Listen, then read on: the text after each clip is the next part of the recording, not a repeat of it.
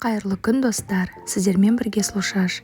Бүгін сіздермен бір дайындағаннан шығатын өте дәмді құймақтың рецептісімен бөлісемін.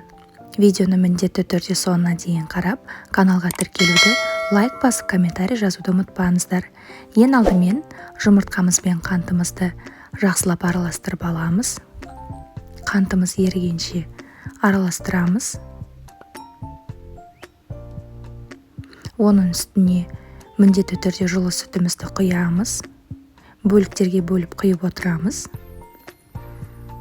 Кейін үстіне қасықтап мөлшермен ұнды салып араластырып отырамыз. Барлық ингредиенттердің көлемдерін төменде описаниеда қалдыратын боламын. Осылай бөліктерге бөліп салып отырып, тағы да барлығын жақсылап араластырамыз.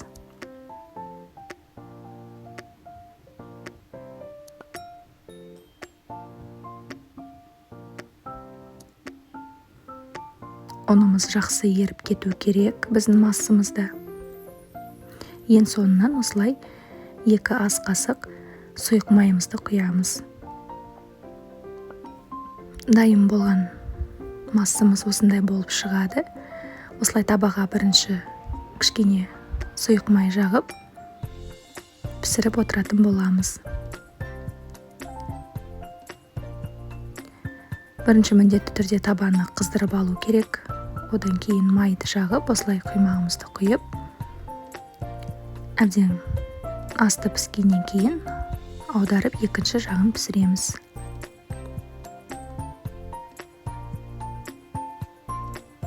Міндетті түрде дайындап көріңіздер. Дайындаған болсаңыздар, төменде комментарийға қалдырыңыздар пікірлеріңізді. Өте дәмді шығады.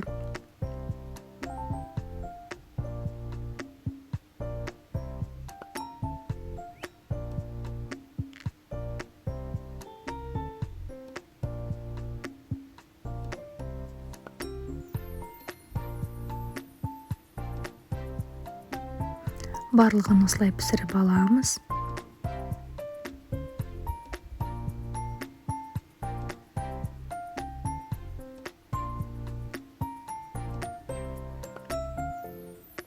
Міне қараңыздаршы, қандай әдемі болып шықты құймақтар. Өте дәмді. Дайындауға кеңес беремін.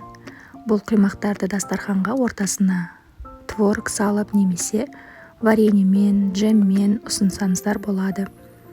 Мен осылай 3 бұрыштап үстіне варенье жағып дастарханға қойдым. Өзіңіздің фантазияңыз бойынша әртүрлі ұсынсаңыздар болады. Егер видеоны соңына дейін қараған болсаңыздар, каналға тіркелуді, лайк басып, комментарий жазуды ұмытпаңыздар. Сіздермен бірге болған слушаш.